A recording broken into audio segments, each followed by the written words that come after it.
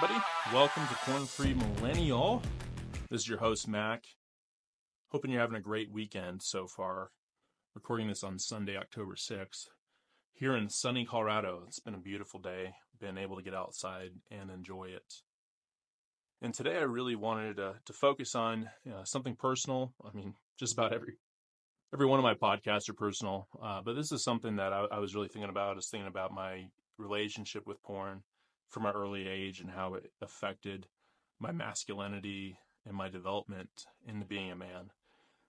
And I wrote an article recently on my Substack called Reclaiming Masculinity, How Porn Undermines Healthy Masculinity and How to Fight Back. And what I'm going to do today is I'm going to read that article, and then I'm going to provide some brief commentary afterwards on what motivated me to write it, and just some words of encouragement for you in your own journey. Everyone's journey with it's different, but if I had to guess, if you're listening to this right now, you want to live a different life. You want to live a life where porn's not pulling you down, where porn is not negatively affecting your masculinity, your identity. So I'm hoping by sharing this personal account with you, this personal story, that you can get some inspiration, some motivation in your own journey. I had a relationship with porn before I even had my first kiss with a girl in 8th grade. As I think about that now, I mourn the loss of my innocence. It's heartbreaking to consider that children today, with their smartphones and constant access to social media, are exposed to porn at such a young age and how that will affect their development. For me, porn stunted my emotional and sexual maturity, and that became painfully clear in my failed marriage.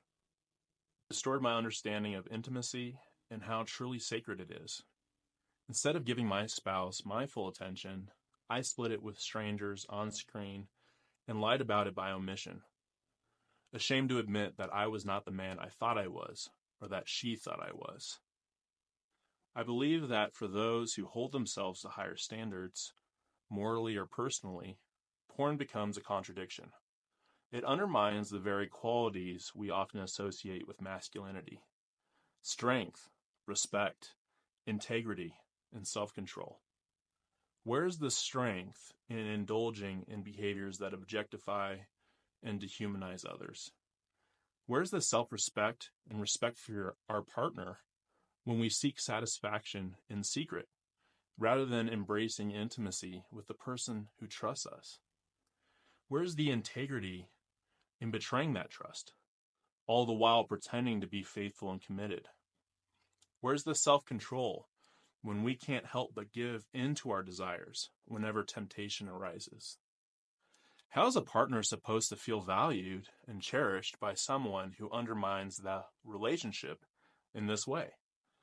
How can a man embody true masculinity while constantly contradicting these core values? It's difficult to build a firm foundation in relationships when our first experiences with sexuality are distorted by porn.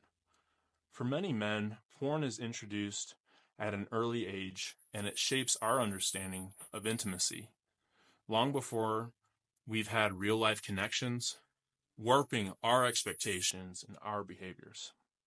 This issue goes beyond individual relationships. As a society, easy access to porn has altered the way we view intimacy, consent, and respect. It teaches men to objectify rather than connect, to see people as objects of gratification rather than partners in mutual, meaningful experiences. It warps our ability to form deep, respectful bonds. We need to recognize that the easy access to porn is contributing to the erosion of masculine values and the degradation of our ability to form real, lasting relationships. Acknowledging this contradiction is the first step toward rebuilding a healthier sense of masculinity, one rooted in genuine strength, respect, and integrity. So, what does this healthier masculinity look like? I think it's a masculinity grounded in respect for oneself and one's partner, where intimacy is valued, not commodified. It's about being strong enough to resist destructive habits and having the integrity to live honestly. It's about exercising self-control, not through repression, but by making mindful choices that build trust and foster deeper connections. Living into being this kind of masculinity being allows for real growth and satisfaction. Someone who sticks to their promises and keeps the wolves at bay. Where both partners feel valued, safe, and fully seen. This transformation from boy to man starts with taking responsibility. If we acknowledge the contradiction in our actions, we can begin to break the cycle. We can commit to healing and learn what real intimacy means. We can choose to rebuild ourselves into men who honor our commitments, live with integrity, and take pride in the relationships we nurture. This shift not only restores masculinity, but strengthens the foundation of our relationships and society as a whole. The easy path of indulgence, what porn offers, is not the path of a strong, honorable man. By recognizing the damage we've caused through our past action and choosing a better way forward, we can reclaim masculinity as a force for good, for protection, and for love. So let that sink in for a bit. Think about what masculinity means to you. As you're growing up as a young boy, what did you want to be? Who did you look up to? I was always into Lord of the Rings, Star Wars, Indiana Jones, Michael Jordan, these titans, these heroes of mine. I looked at my dad, at different family members, and how they'd make hard decisions. They'd put others in front of themselves. And think about that person that you, as a kid, wanted to grow up to be. And then think about, how did porn affect that? How did porn affect that future self, that identity that you thought you'd live into? And that was something that I've been thinking about lately, so that's why I wrote this. I think for me, I really look back at that time, and I was exposed to porn, I believe around the age of 10 or 11. And just like looking back at that, it just brings me a lot of different emotions. And I know I'm not the only one. That's something that happens quite often. And typically, it happens, through a friend or through just watching something on TV. I think now, and why I wrote about this, I think now, like, kids have access to social media with their smartphones, and, Lord knows what will pop up on the screen, what they'll see. And it brings me brings me some anger to think about that, to think about, that's how children are introduced to sex and to sexuality, something that should be beautiful, something that should be cherished, something that should be valued and respected.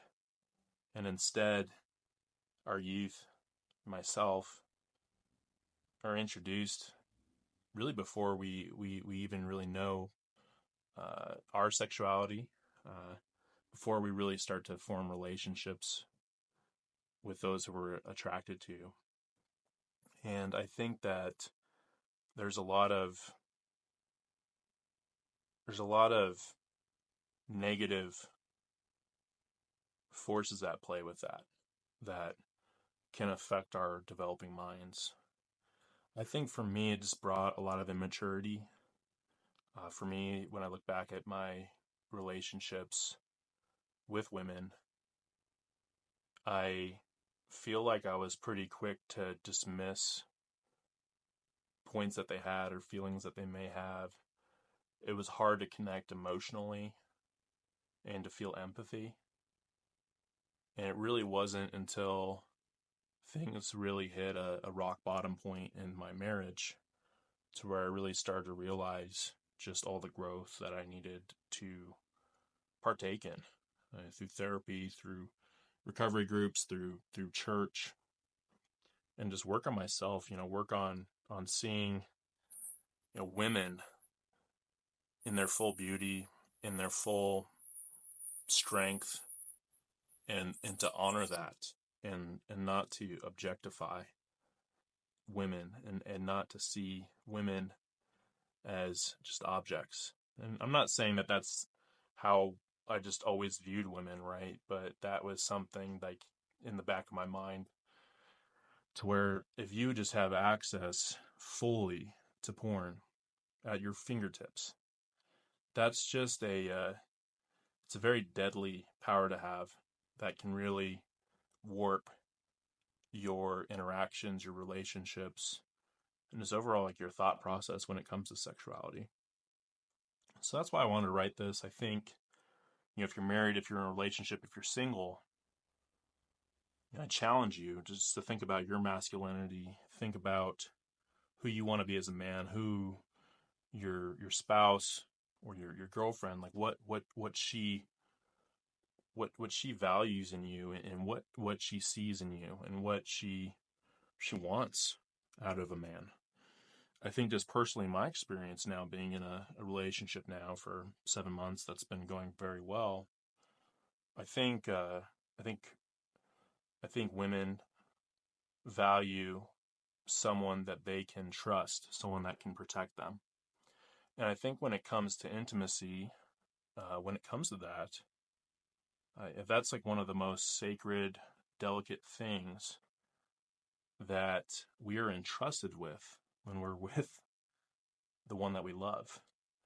And I think when we're looking at porn, we're casting that aside for a stranger. We're casting that aside for easy pleasure. And I think that can be very hurtful and devastating to the person that you're with. And as you listen to that, I think I challenge you to think about that. Think about the person that you're with. Or if you're single, think about the one that you would love to be with at some point, that you're working on yourself to attract. If you want to attract a partner that's going to bring the best out of you, you also have to bring your best self to the table. And I think that living a life without this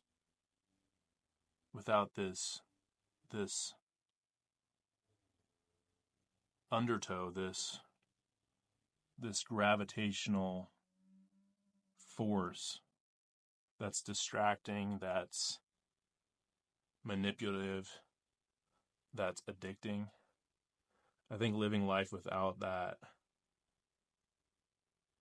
will open your eyes to what true intimacy, trust, and passion feels like with the one that you love. And I think that's a big part of being a man, is to protect and to